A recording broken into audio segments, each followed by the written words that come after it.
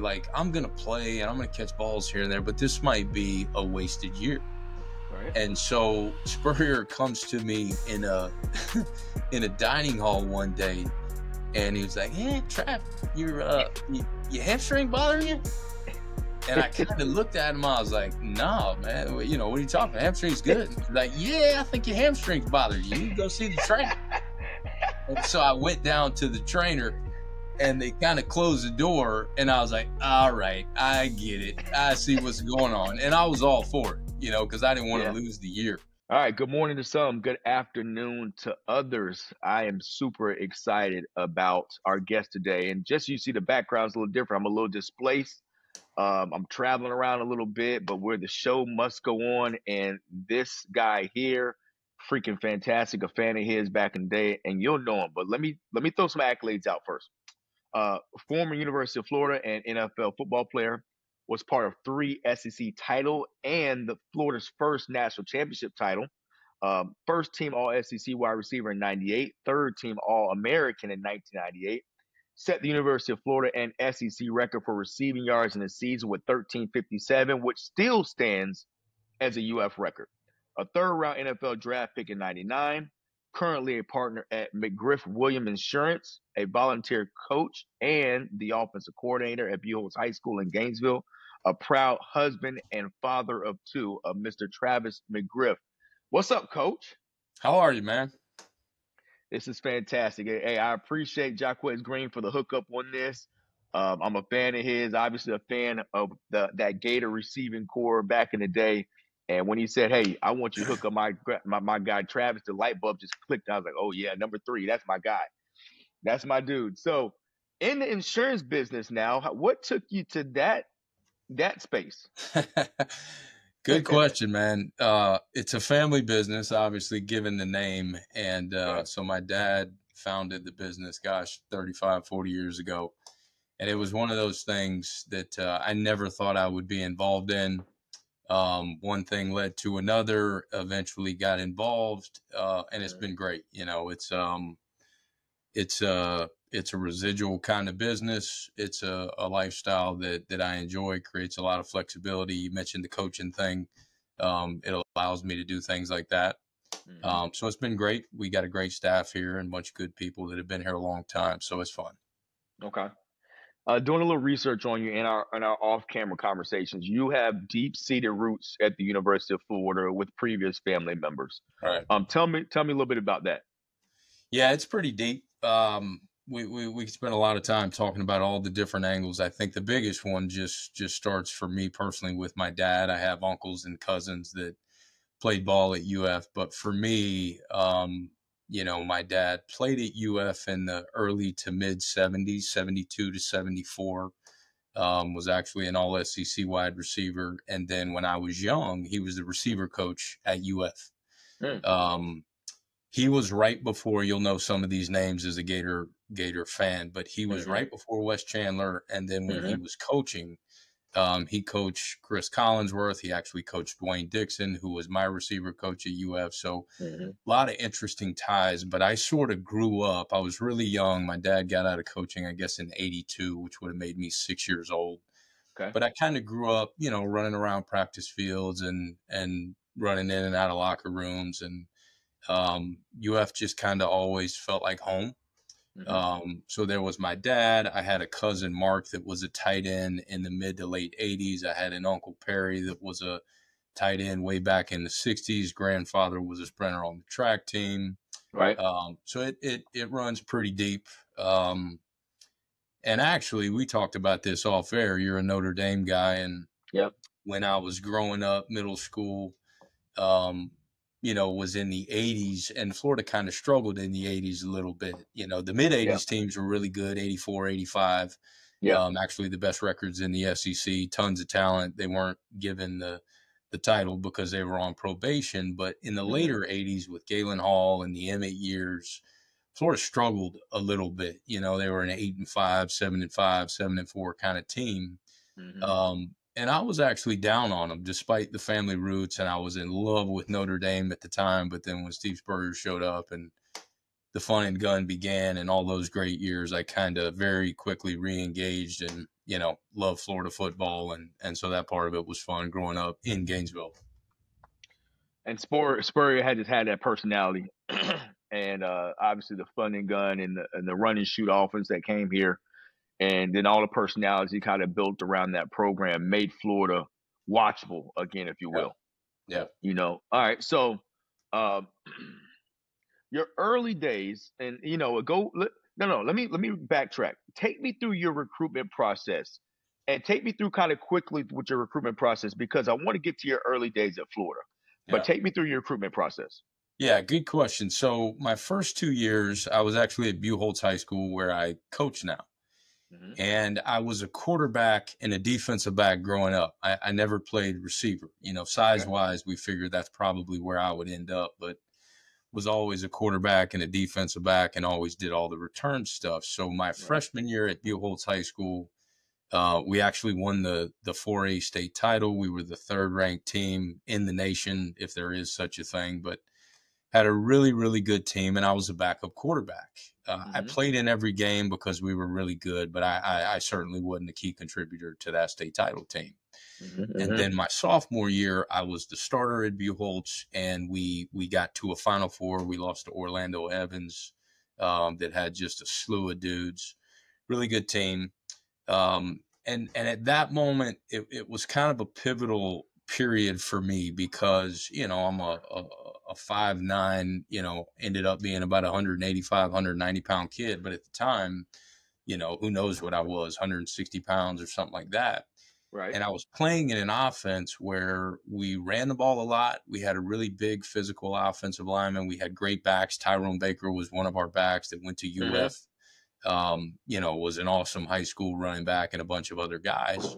And so I wasn't doing a lot to really showcase, what I was going to do in college. Okay. So I end up transferring to PK Young, which is another school here in Gainesville, Florida. Yep. And at PK, there were a bunch of kids playing over there that were really talented. Terry Jackson being one of them, who was a running back at UF. Yep. Robert Baker was another who was a wide receiver a year behind Terry and I that went to Auburn. Terry played in the league for a good while. Robert played in the league for a year or two. And I had known those guys growing up. Like, we had played Pop Warner stuff together. And so I knew there was a lot of talent over there. And when I transferred over, I was still playing quarterback, but the offense was much more conducive to kind of what I could do. We were running the option and throwing, and everybody was going both ways. And so I'm playing corner and doing all the returns, and kind of allowed me to get things going, so to speak. And so, the recruiting landscape back then was very different than it is now. There weren't these combines, and there weren't the stars, and there just wasn't quite the exposure. There was no social media. It was just very different. They still had their lists and their top this and top that. So I was a reasonably recruited guy. I certainly wouldn't have been what they would call a 5-star nowadays. Right. I did have offers from Florida, Florida State, and Notre Dame, which were really the only three that I ever thought I would want to play at. Okay. I had a Clemson offer. I had a Kentucky offer. Actually, the Kentucky offer was to play quarterback. Back then, they were running the option with Bill Curry and doing some of that different stuff. I had an offer from Arkansas to play safety. And so, 7, 8, 9, whatever it was, big time kind of offers. But like I said, for me, there were really only 3 spots that I ever thought I could play at, wanted to play at, and that was Florida, Florida State, Notre Dame. Yeah. And obviously you played at Notre Dame, you know it well. I went up there to camp prior to my senior year. Okay. And, I'd loved them all through the 80s, the Tony Rice and the Rockets and the Todd Lights and, the Ricky Waters, all those kind of guys in those Lou Holtz teams. And when I got there, it was awesome. I loved it. I loved seeing it, but there was just something about, I just knew this isn't the spot. Okay. And at the time, I know I'm probably going to be a receiver, was being recruited as an athlete, had been offered at different spots, but for those 3 spots, it was wide receiver or DB. And in the 90s, if you were a wide receiver, Florida and Florida State, it didn't get any better than one of those 2. Correct. And it sounds crazy to be talking about Florida State for most people, given the family roots, right?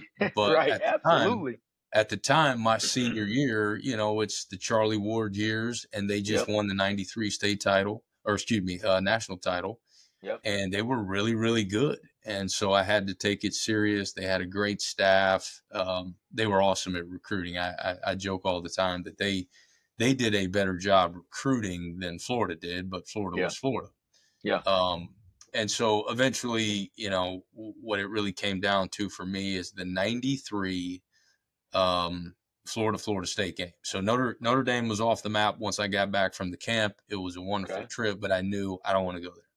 Okay. And then all throughout the fall of my senior year, because things happened later back then. Nowadays kids are locked in earlier and they're committed. Yeah. It just happened later back then. And so it was between Florida and Florida State. And I went to the 93 game, which was in the Swamp. Okay. And it was the Charlie Ward, Warwick Dunn, that team. They went on Rock Preston. Yep. Went on to win the national title. And, Florida State was favored in the game, but it was tight to the end. And I told myself, I'm going to go to this game and I'm going to be neutral. Like, I really just want to watch it.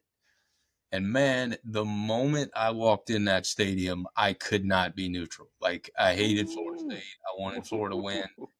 And it just struck me then. I was like, there's no way I can go there. If I ever went there and we ever lost to Florida or something like that, I would feel like I was in the wrong spot. But if I go to Florida, even if we go 0-4 against Florida State, I'm not going to feel like I'm in the wrong spot. Okay. And so for me, that kind of defined it. And I think I committed, maybe right after that game. Man, that's because you almost had me there with this whole Florida State and limbo thing. Man, I was like, hold on now. And I'll give you a quick story. When my recruitment was taking off, Florida and Florida State were both in the mix. Miami was never quite in the mix for me. It was Florida State. And Florida State, my first conversation with Florida State happened pretty early. And I believe it was a running back coach back then. I cannot remember the name. But again, I have deep-seated Billy roots. Sexton. That sounds see, there you go. Yep. So I'm off of my family's raised on 13th place on the south side on Gainesville. So Florida State does not exist to us. So running back coach called and he started getting into his spiel, and my mom was like, listen, I'm not even gonna waste your time. My son's not putting on Florida State colors. And now listen, I was kind of rolling a little bit. I'm like, Mom, like, you don't know how this thing's going to shake out. Mama did not care not one bit. She's like, there's no way in hell you are wearing garnet and gold for any reason. Yep. Your behind will go to HCC first before you go to Florida State. So, you started I eventually got there. Just like you said, you're trying to be neutral as you can in the recruiting process. Yeah, man. To leave every option available. Yep. But when it came down to it, and I was just, in that moment, there was just no way. That's not going to be an option. It's just not going to be an option. Yep. So now you get on campus. These are your early days at Florida. Take me through your first freshman practice. Back then, I think I got this right. You were talking about quiz earlier. We were in the same recruiting class. So a lot of people don't know that because our years got broken up, guys leaving early, guys redshirting. And so we sort of, it didn't appear that we were all in the same recruiting class. But back then, the freshmen practiced together without the varsity for a couple days. Yeah. And we had a relatively small recruiting class. Like there was 18 guys. Normally you have somewhere between 25 and 30. It was mostly skill guys. Mm-hmm. And I won't attempt to name everybody, but of the 18, like it's got to be one of the best classes in the history of Florida because of the 18, you had like 10 guys that were drafted. You had like 4 first-round picks. You had like literally 11 or 12 first-team All-SEC guys, a couple guys that set. I mean, it's just crazy. Yeah. And so the receivers in that class were Riedel Anthony, Ike Hilliard, Jaquez Green, me, Nafis Karim, and Jamie Richardson. It was 6 of us. Woo-hoo. And so Jay Rich had something going on academically that kind of delayed his enrollment for a year. And so us 5 Fred Taylor was in that class. Mike Peterson was in that class. Mo Collins was in that class. Tony George was in that class. I mean, we had tons of guys. And so, I think for all of us, we realized everybody, was pretty darn good. Right. But I think we got a little bit spoiled because it was really all that we knew. It just what we were used to seeing, and you kind of thought, well, everybody's receiver room looks like this, and then you realize, no, it doesn't look anything like this. Right. And so it was just a heck of a class, and so that was 94, and initially we knew there were some guys that were going to have to play out of that freshman class, and I think we were all hoping to play early. It was partly why we all went there. Correct. And at the time, the upperclassmen were Jack Jackson, who was super established and a returning, All-American candidate kind of guy. Aubrey Hill, who was a really, really good player. God rest his soul, passed away some years ago, but Aubrey was awesome team captain. You had Chris Doring, who obviously had a great career. This would have been his junior year. And then you had Sorolla Palmer, and then you had all of us young guys. Yep. So back then, a lot of guys played, and we knew some of the freshmen were going to have to play. And so the first 3 games, Ike, Riedel, and I played in the first 3 games. The plan was I wasn't going to redshirt. Okay. And so Quez is redshirting, and then Nafis Kareem is redshirting, and Jamie Richardson's not on campus yet. So me, Ike, Riedel. And in the first game, Ike catches 2 touchdowns. Like, he jumps out, big time. He's rolling. I can't remember what Riedel caught. First game was New Mexico State, and I think I caught like 2 for 25 or something, maybe a curl route, a hitch, something relatively simple. Played Kentucky the next week, and I played a decent amount, but played a little bit less. I caught a couple balls. Riedel caught a deep post, and I think I caught 1 corner route. Okay. So what started becoming clear is that Ike and Riedel have kind of put some stuff on tape, like they're going to be in the mix here. This is going good for them. Right. And, I'd done some stuff, but I was getting concerned that if they don't redshirt me, like, I'm going to play and I'm going to catch balls here and there, but this might be a wasted year. Right. And so Spurrier comes to me in a dining hall one day, and he was like, "Hey, Trav, your hamstring bothering you?" And I kind of looked at him. I was like, "No, man. What are you talking about? Hamstring's good." He's like, "Yeah, I think your hamstring's bothering you. You go see the trainer." And so I went down to the trainer, and they kind of closed the door, and I was like, "All right, I get it. I see what's going on." And I was all for it. Because I didn't want to lose the year. Yeah. So I ended up getting a medical red shirt. I guess you could play in whatever the percentage was, like 15, 20% of the games, probably less than that. And so I ended up getting the medical red shirt in 94, which was good, but I got a little bit of playing experience and then came back in 95. So not many people know that. Oh, Steve Spurrier. Your hamstring bother you, huh? Yeah. Hamstring bother you. So, all right, now I'm gonna jump to a guy that every Gator fan knows. All right, and this is Javon Curse. They call him the Freak. When you saw him practice every day, does the nickname fit the bill? I think it does, and I'm pretty hard judge of that freak word. I think sometimes it gets thrown around too carelessly, and guys get that label when they're really not. Yeah. There's only a handful of guys I've played with at any level on any team that I would put in that category, but he's one of them. Okay. When he came in, he was the year behind us, and he was from Fort Myers, and in high school he played safety a lot. Yeah. Wow. And he was like a punt returner and stuff. And I'm sure they had him at all kind of positions, and nobody thought he was going to play safety. But he gets on campus, and he's 6'5" or 6'5.5", whatever he is, and his frame wasn't anywhere close to filled out, but you just saw these freaky long arms, giant hands. He had giant calves, and just a frame that you knew. Goodness knows how big this dude's going to get.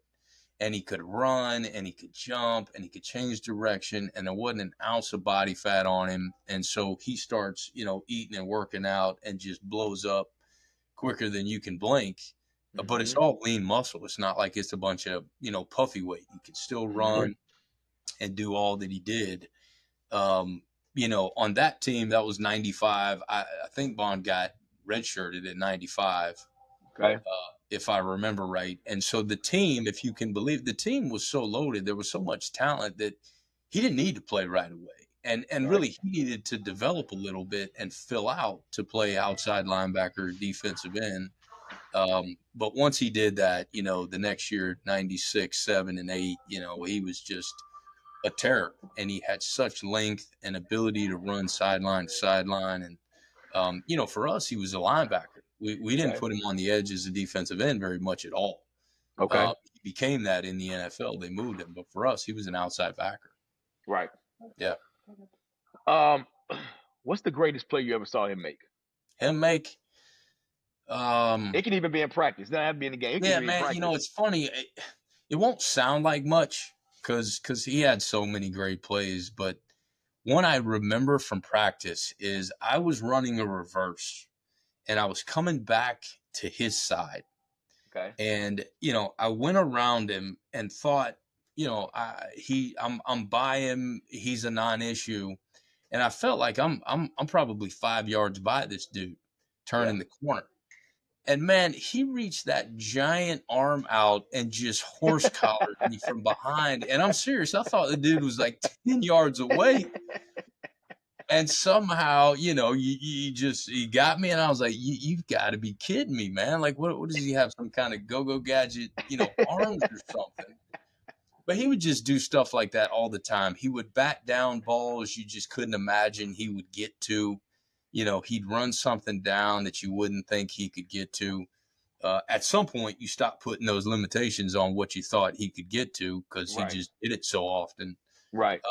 But for me, it's funny, as simple and unrecognizable as that play is the one I remember is running that dadgum reverse, thinking, all right, turn the corner, by him, here we go. And then all of a sudden, kaboom, you get from behind. There he is. Sitting from afar, watching Danny Wuerffel on TV, watching him operate, looking at his baby face that he had, looking at his kind of what, to me, a very mild-mannered, even-keeled demeanor, it struck me that Danny Wuerffel probably didn't come into his own until whenever he did. Like he wasn't a rah-rah guy. And I want you to get ready to push back on this because what I'm trying to do is peel out his personality, how he led Florida to that championship. Because it kind of seemed like Danny was not, it didn't seem like he was the guy. He was a guy, but not the guy until he was the guy. So add on or subtract to that. When did Danny come into his own, and what kind of personality did he have that we didn't know about? Yeah, great question. I think a lot of what you saw on the outside was very much what Danny was. He was an understated type of personality. Okay. He obviously had a great faith, and you could see that on the outside. I think what a lot of people forget about is Danny's first 2 years, he rotated a bunch as a freshman and sophomore. And so Danny's early career, while it was very productive statistically, like he's throwing for yards and he's throwing touchdown passes and he's in big games, for him, it was probably pretty frustrating because he was rotating a lot with Terry Dean in the 93 and the 94 seasons. Okay. And Danny was just one of those guys. I think a lot of it had to do with his faith, but I think a lot of it is just his personality. He's such an even keel, as you said, not really a rah-rah guy, not too high, not too low, just incredibly consistent in his approach and personality. Mm-hmm. But you couldn't tell with him whether it was going good or bad. If it was going good, there wasn't a lot of rah-rah. And if it was going bad, there wasn't a lot of negativity at all. Right. He was always thinking and in the moment, and he was always pretty communicative on the sideline with receivers and coaches and things like that. And so I think what began to happen with the team is there was just kind of a faith in him that this dude makes plays, And, you know, it doesn't really matter if he's not super high or rah-rah, like, you know, like say Tebow, because those Mhm. guys have similarities with their faith, and they're both Heisman Trophy winning quarterbacks. Yep. And a lot of people think they're very similar. Those two couldn't be more polar opposite in their personalities. Okay. Danny's understated. Tim is, you know, demonstrative and vocal and wants to be in the front. And not that Danny wants to be in the back, but Danny loved just being one of you know many part of Yeah. the team, and he was going to Correct. execute his job. Right. But what we all knew about Danny is that all of those leadership traits, but he had an exceptional ability to feel space and timing. He Okay. was very, very accurate. You know, Okay. Danny didn't have a super strong arm. He didn't throw Right. a beautiful spiral, but he had such a knack of throwing things on time. He had a great ability to see it, like Spurrier wanted him to see it. Okay. I mean, Danny basically had, you know, full reign to audible to anything he wanted to. Okay. And obviously he learned that from Coach Spurrier, but Danny got to a point where Spurrier trusted him. And we all trusted him. Like whatever Yeah. he's checking to is good. Yeah. Uh, and so he had a great feel for that. And then I think maybe the most underrated, or maybe not, because there's plenty of documented cases, but Danny was tough as nails. Mm. Like he's not who you need with you in a bar fight, but if you need Yeah. somebody to stand back in that pocket and they're going to take one in the mouth and stand in there and deliver it on time and be accurate, I don't know that I've ever seen anybody at the college level better than that. And there were Gotcha. circumstances, whether it was the 96 Florida State game when they beat him almost to death. I mean, they hit him Mm. so many times. And he just kept getting up, and he never was a guy that complained to his offensive lineman, or, you know, he was just always positive and upbeat. And so, you know, kind of to your original question, he was a guy that led by example, Okay. and he was just so dadgum consistent in his performance and his approach and the way he went about it, that everybody, you know, had great respect for it. Everybody had great faith that this dude is going to make the plays that we need him to make to win, and we just need to do our job, you know, as receivers. And I caught plenty of balls from Danny, but my primary productive years came after Danny. But I actually lived with him for a semester in '96 when he won the Heisman, and so, you know, you just knew as a receiver that if I just do my job, like get Right. open, separate, be where I'm supposed to be, this dude's going to put it there. Gotcha. And so it just permeated confidence throughout, you know, not just the offense, but the entire team. I'm leading up until the 96 championship game, but before we get to that conversation, where I'm driving this ship is team leadership to get to that championship game. Yeah. All right. So in my eyes, I've identified a soon to come playmaker in Curse. I've identified the quarterback who by position is going to be in leadership. But now there's other guys within that locker room that's going to be the glue. Yeah. Who were those guys in the locker room that were the glue to getting that ship driven to that championship season? Yeah, great question. So, but before I answer that, and don't let me forget, Yeah. I tore my ACL halfway through the '96 season. Okay. So after Georgia, I ended up missing the last 5 or 6 games of our national title season. So I didn't get to play in the title game, the SEC Okay. championship game, all that. So '96 is a complicated year for me because it was wonderful, but parts of it were super Yeah. miserable because of the Yeah. back half. Yeah, I get it. So there's that. But to your point, and it's a great question. The leaders on that team, you know, you mentioned Javon, and Javon ended up obviously being an incredible player at Florida, but he in no way had a leadership role on that team. Gotcha. He was too young. Yep. The leaders on that team were Danny, and then we had a crew of senior offensive linemen, Jeff Mitchell at center, who also got hurt and missed the championship game. Okay. Dottie Young, some of those guys that had been with Danny, they were in the same class. They had been through all the battles. They had been through the Nebraska game in '95. And then on defense, it was really in my mind, it was Lawrence Wright and James Bates. Those were the vocal guys. Again, they were all in Danny's recruiting class. My locker, because I was number 3 and Lawrence was number 4, was next to Lawrence for 3 years. I love Lawrence. He never shuts up. He is constantly talking.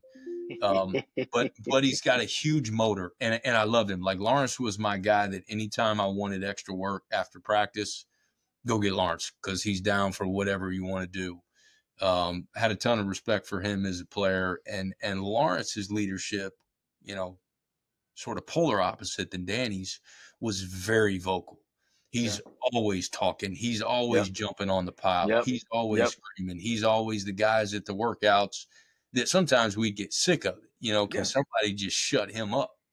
And then Bates was kind of Bates was our middle linebacker, who was a senior, was kind of the character of the team. Like, Bates was a little bit crazy, was the practical joker, was just kind of nuts, could get under Spurrier's skin sometimes, but that was really the leadership core of that team. And then you had, obviously, a slew of great skill guys, but the skill guys on those teams were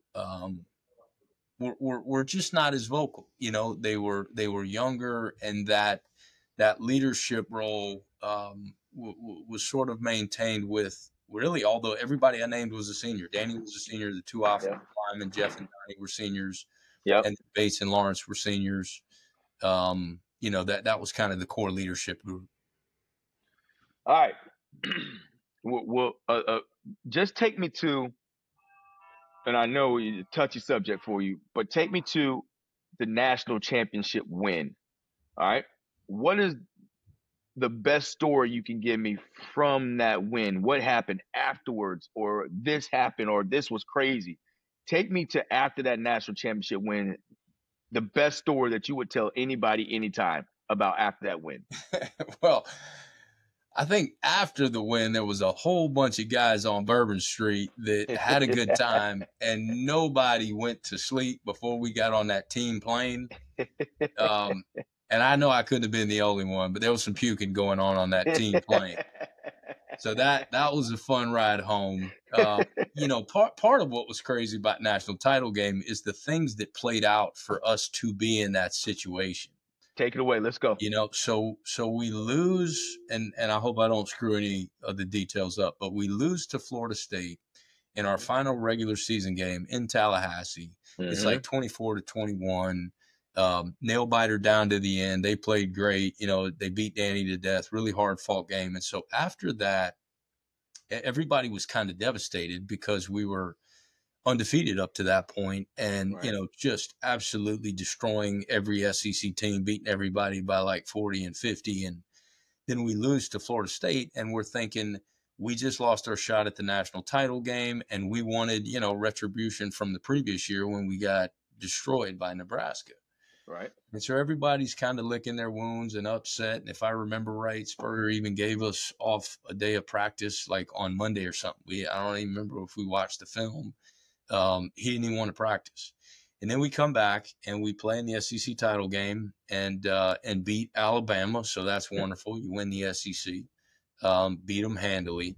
And then, at the time we get placed with Florida State in the Sugar Bowl. So everybody's super juiced about the rematch. But at that time, nobody knew this could be the national title game. Like, nobody knew that.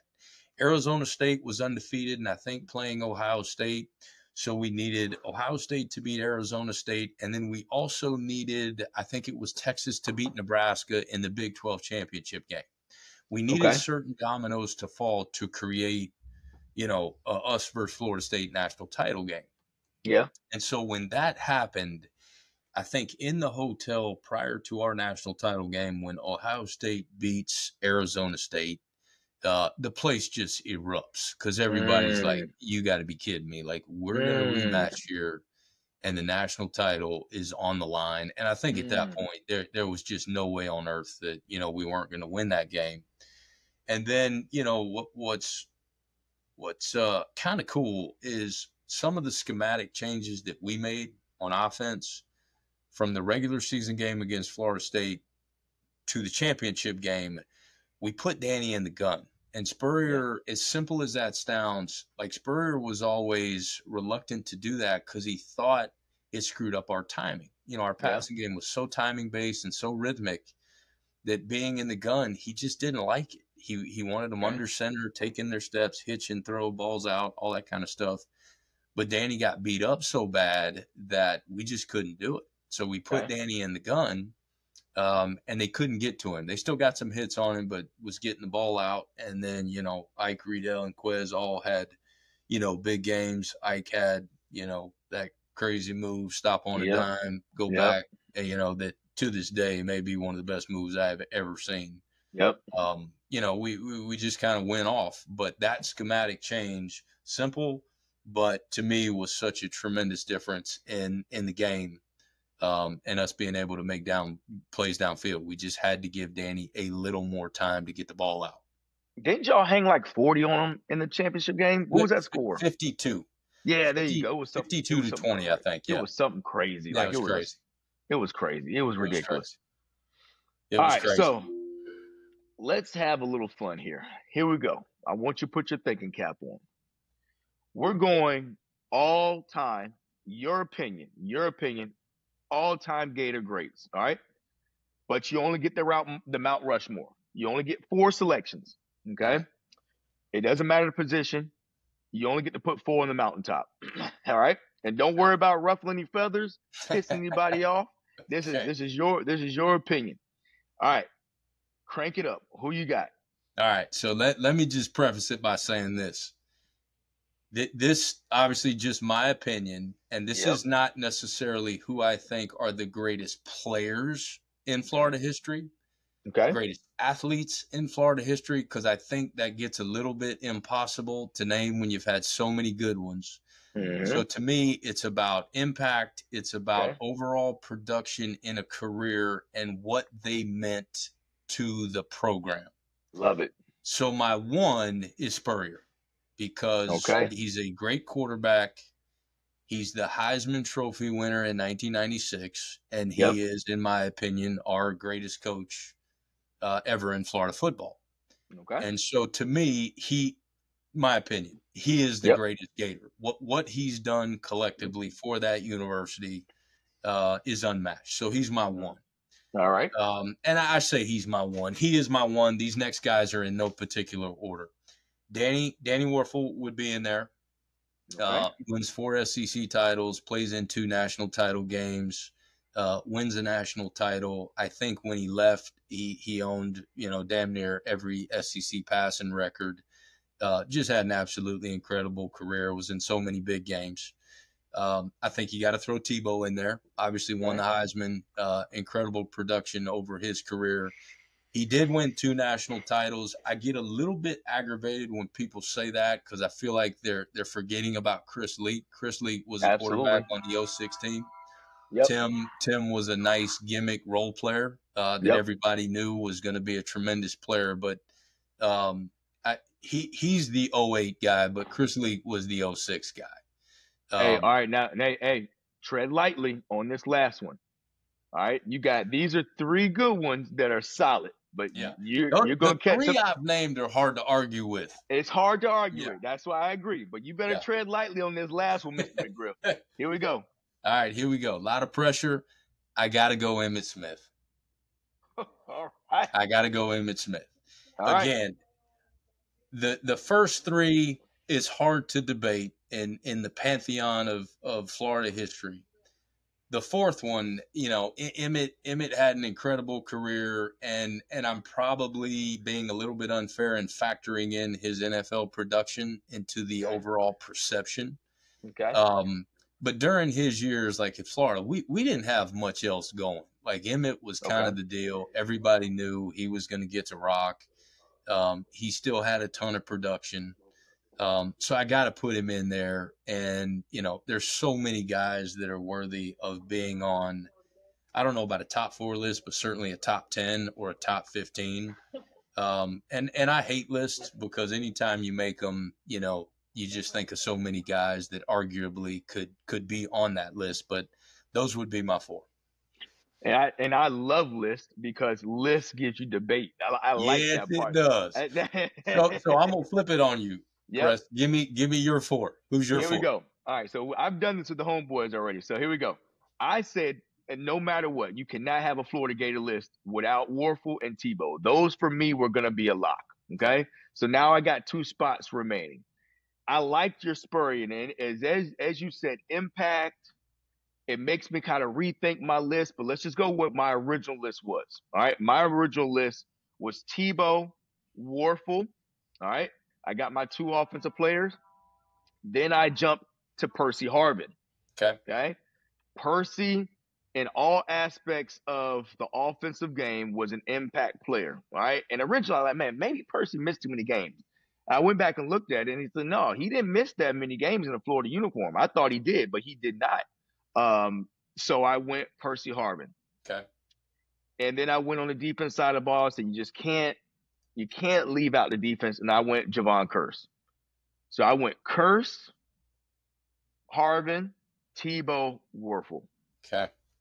And then I had a little Eric Red in there, but and then I had Fred in there, but I'm like, I got to have a defensive player. We've always had at least a solid defense, and defensive ends have been we've been good at the defensive end position. So those were my 4, but I'm starting to rethink with Spurrier, the way you defined it. I would probably move Percy Harvin out for Spurrier, but that gives me 3 quarterbacks on that list. Yeah. Well, and all 3 were Heisman Trophy winners. I know. So if you want to look at it from that angle, it's hard to argue that all 3 shouldn't be on there. I mean, there's no doubt that there's from an ability standpoint, from a production standpoint, Percy's as good as there has ever been at Florida. Maybe the most unique guy we've ever had in that he was an electric receiver. But in my opinion, like, he was always one of the best running backs in the country. Like that dude, you could put him back there, and it wasn't just like they were trying to run outside with him. They could run inside. He could run with power. Just an incredible athlete, incredible player. I obviously didn't put him on my 4 because I just think Emmett from a totality standpoint, but it's hard to argue with Percy. With Javon, I love Javon, played with Javon, incredible career. But I think it just gets really hard to separate and define other defensive players. Like, if you go way back, there's the Wilbur Marshalls. There's just so many guys that if you wanted to compare, all SEC awards, first team All-Americans, draft picks, it gets hard to separate them. So it becomes a little bit about, personal preference and the eras that you grew up watching. Absolutely. And how familiar you are with them. And all those kind of things, which, like you said, is why these lists are great, because they spark a lot of debate and a lot of conversation. That's right. All right. One more step. Here we go. We got to take the full state. We're going major universities in the state of Florida. So we can define it big 3 if you want to. We can go Florida, Florida State, Miami, which probably is going to end up being on that list. But we're going to throw in USF and UCF in there also. Okay. You get 4 spots on the mountaintop. You get 4. All right. So what is your Florida universities Mount Rushmore? Great question. All right. So here's where I'm going with this. Like I just said, we're all a product of the eras we grew up watching and participating in. So I'm a 90s guy. And the 90s were the height of the big 3. Florida State at Miami, everybody was at their peak. I'll have a couple honorable mentions here in a minute, but I'm going with those 3. And a little bit of the same criteria for me. I love it. It's impact, what they meant to the program, and all of those things. Okay. So you only gave me 4. There's 3 schools. So I got 2 guys from Florida. I got 1 from Florida State, and I got 1 from Miami. Fair enough. My Florida guys are Spurrier and Wuerffel. All right. For all the same reasons I just mentioned. Nobody is more recognizable, has done more for the University of Florida than Spurrier. Wuerffel, Tebow, that's a complete toss-up. I played with Danny. Danny won more SECs than Tebow did. Tebow won more nationals than Danny did, but he wasn't the starter on one of them. That's a little bit of a toss-up, my personal preference. Okay. All right, so those are my two Florida guys. It leaves me two spots for Florida State. This was a hard one for me, but I went with Deion. Okay. Deion just kind of personifies to me what Florida State was on the climb when they were coming up in the late 80s and what they became in the 90s. Yep. Obviously an ultra talented player, but just his persona and the recognition that he gave Florida State. He used to drive me crazy as a Gator fan. I hated him because he was such a showboat. My runner up there though, and is really close, was Charlie Ward. I loved Charlie Ward. Charlie Ward was so dadgum good. Obviously won the Heisman in '93. Kind of was the key piece in that whole Florida State fast break, what they used to do. So I loved him, but I had to go Deion. And then Miami, kind of like Florida State, I wanted a guy that personified their greatest era and their whole, persona at the U when it was the U, not what it is now, but when it was the U. And so I had to go Michael Irvin. Good list. Okay. All right. Okay. What you got? I got at Miami, I got Reed. That's a good one. That's a good one. Okay. And You're talking a DB. About, of course you went Reed, man. You're a DB. You got it. I got to go playmakers. I got to go playmakers. Ed to me is just, he's that guy, right? So I'm going Ed. All right, Florida State, I'm gonna hit you. You got prime. I like that. I love Charlie Ward. And we even had a conversation about the greatest quarterback in Florida State. And when you go back and you look at Jameis Winston's numbers, and even you go back and you look at oh my gosh, what's the other quarterback? Winky. Yes, Chris Winky's numbers. You go look at Winky's numbers, like, whoa, it's a good argument. Yeah. But Charlie Ward would probably be the greatest quarterback. And you ask Florida State fans. So I like the Charlie Ward argument, but right now we're good on prime. All right. Here goes the toss up with Wuerffel and Tebow. My heart goes Wuerffel because I grew up watching your teams and that those Wuerffel teams. My energy, my personality matches Tebow. Okay. He is if in my dictionary, if you put in leadership, the out front, wanting to be out front, wanting the responsibility, put it on my shoulders, my fault, I'll take that. That's my personality. So I'm going Tebow over Wuerffel for that reason only. Okay. We'd have to go back and look at production, and I like your argument about the production, so that's legit all day. Okay? So I'm going with Tebow. Then my last spot goes to Miami, okay? And I'm going Warren Sapp. I gotta have a guy up front. In my definition, Warren Sapp was the most disruptive guy on the front four and or three, depending on what kind of deep. But Warren Sapp was disruptive his whole career. Yeah. Even to his Raider days in the NFL, Warren Sapp was disruptive. So I went 2 out of Miami. See, I like all your picks. I like all your picks. I just, as a Florida guy, I can't give 2 spots to Miami. Of course you can't. I wouldn't expect you to. We got to take 2 of them. Of course you do. That's why I'm here as the objective voice. Trav, that's why I'm here. You are the neutral, objective, sound mind voice. Yeah. Absolutely, man. Absolutely. So take me to the Florida State rivalry. But I want to take the good side of it first. Was there a guy, if there is a good side, when you guys watch film on Florida State, was there a guy on the defensive side that you were like, yo, he's a problem? Like we spent a lot of time game playing for this guy defensively for the Noles. Who was that guy if there was one? That's a really good question, man. There really wasn't one. And kind of a side note to that, what was interesting about the way we prepared in college was we never, Spurrier, all of our meetings were with him. We were always with him. And none of our prep was ever about a person. It was always about a scheme. Like we were always attacking a scheme. I don't think, one, I think it's his personality, but I also think psychologically, he never wanted us thinking about there's some dude over there that like we need to be overly concerned with. It was Okay. we're gonna do what we do. We're gonna execute our stuff, and we're gonna beat them, and we're gonna go up and down the field. Okay. And so we attacked schemes more than people. But I think what was unique to Florida State, and the only other team that we played during that era that was close to matching it was Tennessee. Mm-hmm. But everybody out there could flat play. You know, Mm-hmm. everybody out there was, you know, either going to be an all conference guy. Most of the guys on the field were going to be draftable guys. And we just knew that, you know, and so there were no soft spots when you played them.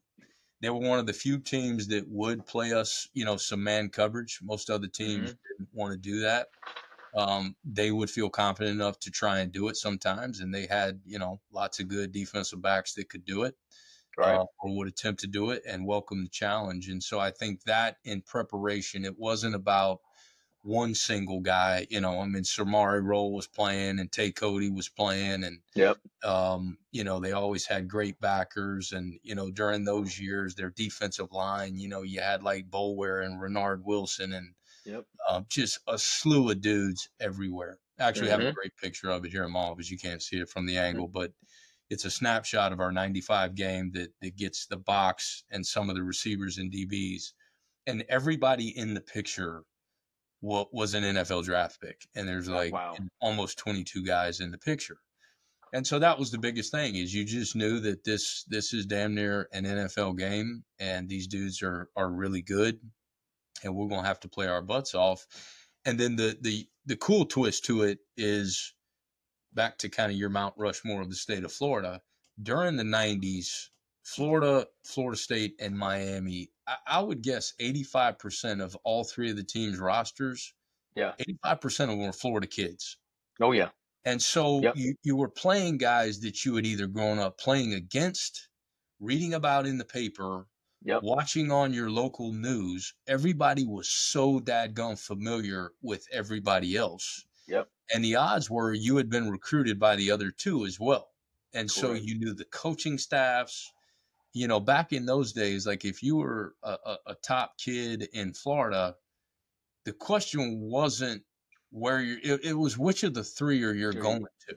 You know, that was usually the deal. And then every once in a while, you know, somebody like you would slip out to maybe Notre Dame, or they maybe slip out to Nebraska, or they slip out to Ohio State. And it's obviously not like that anymore. Florida kids go everywhere. But back then, there was just such a familiarity when we played them. You just knew them like the back of your hand, and it just made it ultra, ultra competitive. And then usually during that era, man, almost every time, somehow, some way, the national title was on the line. Either for both teams, or one was lined up and the other one had to knock them out. And so you just combine all that, and the intensity of those games were just off the charts. And it was so fun. You know, fans didn't like each other. It just, that's why I play college football, man, is if you're lucky, you get to play in a game like that. They were so fun. And then we were super lucky because we got to play them a couple times in bowl games as well. I want to get our last question in. I want to go to your 98 season. And something that really kind of, and I didn't know this, so it kind of connected the dots for me. Your high school season, you didn't come in your early years in your high school season weren't your most productive. You didn't come in as the guy.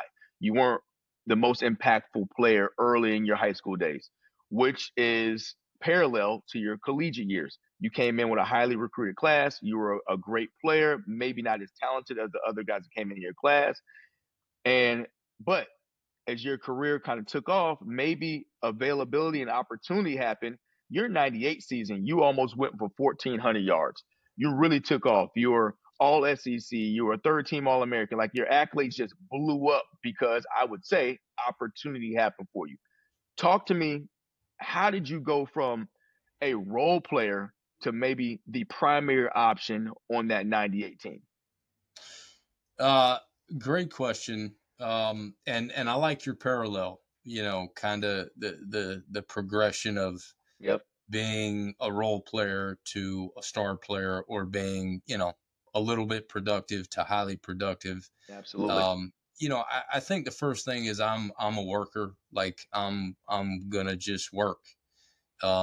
We had lots and lots of talent during those times. We had kind of just a pipeline. Like, Mm-hmm. when I first came, it was Jack Jackson, and it was Dory, and then Ike and Riedel and Quez, and then me, and then it's Daryl Jackson and Travis Taylor, and then it's Jabbar Gaffney. And, it was just kind of one after the other after the other. Right. And so, not to get deep into this, but for me, the 96 ACL threw me for a little bit of loop, because 96 was going good. And if I don't get hurt in 96, it probably plays out a little bit different in 97, which may make 98 a little bit different. But I lose the back half of the year. Okay. And then I didn't believe it at the time, but anybody that's ever gone through an ACL will tell you you're not yourself again till about a year. So Okay. I'm playing as a junior and starting, in our early games, but I'm really not quite myself. Okay. I'm probably not quite as fast. I'm probably not getting in and out of breaks quite as good. I'm probably not trusting it, the knee quite as much as I do eventually. And so the point of that is I as much as I wanted to believe I'm my best self, I probably was a shade under that. In 97. In 97, yeah. Okay. And Okay. until kind of towards the end, and had a pretty big game against Vandy, had a nice little game against Florida State, and then it kind of got going. So I had better momentum coming into my senior year. I had a normal off season. I wasn't recovering from an injury. I had time to train. We had a really good receiving core. Myself, Nafis Karim, Travis Taylor, Daryl Jackson. Travis Taylor ended up being I think a top 10 pick or a top 15 pick. Daryl Jackson had a really nice NFL career, great Florida career, was an all SEC guy. Mm-hmm. So we had a really good core, but it wasn't quite what I had been dealing with when I was younger. And, Okay. when it was the Doring, Riedel, Ike, Quez, that was just a little more loaded up. Yeah. Yeah. Um, and obviously I was the senior. Our quarterbacks that year were Doug Johnson and Jesse Palmer, kind of Mm-hmm. rotating. Mm-hmm. I was close with both of them, had really good chemistry with both of them. And things just played out really, really nicely that year. Oh yeah. Hold on. Wait. Hold on. Let me show you how well they played out. Let's do that. Let's talk about before we get off this call how well they played out.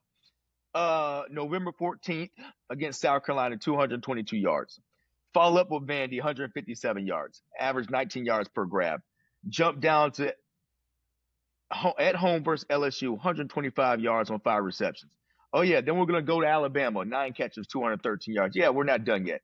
We're gonna host University of Kentucky, 124 yards on 3 receptions. We'll go to Tennessee. Everybody knows that Knoxville environment's like, 9 catches for 176 yards, but we're not done yet. And we'll kind of round out the season versus was that Louisiana Monroe, 6 catches, 116 yards. 3 games with over 200 yards, a total of 1,357 yards, 10 touchdown receptions, 70 receptions on the season. It seems like the knee healed up pretty well. It did. It did. I had some good fortune. You anytime you're gonna have a big year like that, you need some things to go your way. And it got on a nice roll. It actually, that year I had 8 games over 100 yards, and I don't know what you're looking at, Press, but my Auburn and Georgia game, statistically weren't great. I scored twice against Auburn. I caught a fade. I ran a reverse, but I only had like 25 yards receiving. 3 for 29. What was it? 3 for 29. There you go. And then the Georgia game, I caught like 5 for something terrible, like 30 yards or something, right? Yeah, 5 for 24. Yeah. So coming into those 2 games, it's funny how you remember this stuff. Coming into those 2 games, I was averaging like 140 a game. And I think it was either number 1 in the nation, or maybe it was just right behind Torrey Holt at NC State. Obviously went on to a great NFL career. And so there was kind of, grumblings about, you're averaging 140, you're probably going to break the season record and all that kind of stuff. And you're just trying to focus game to game. Let's win the game. Mm-hmm. If it can go great, hopefully it does.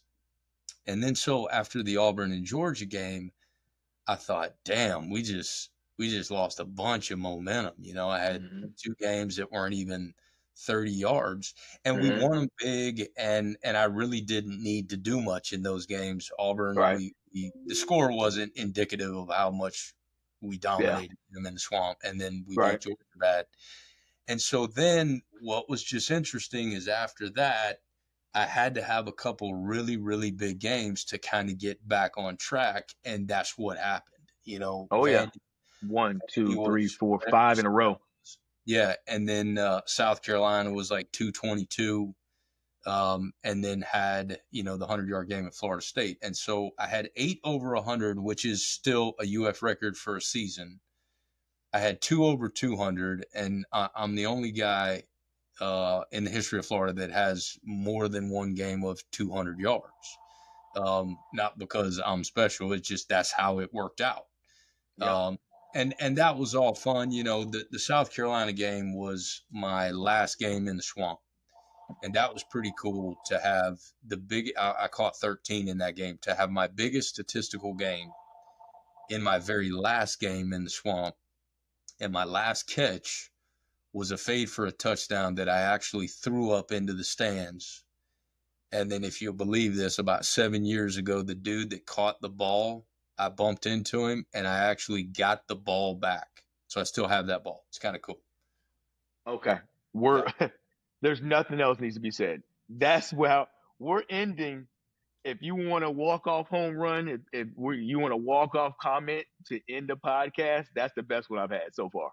There's that's the crazy coincidence that the guy that you threw the ball in the stands to now returns you the ball 7 years later. Return the ball.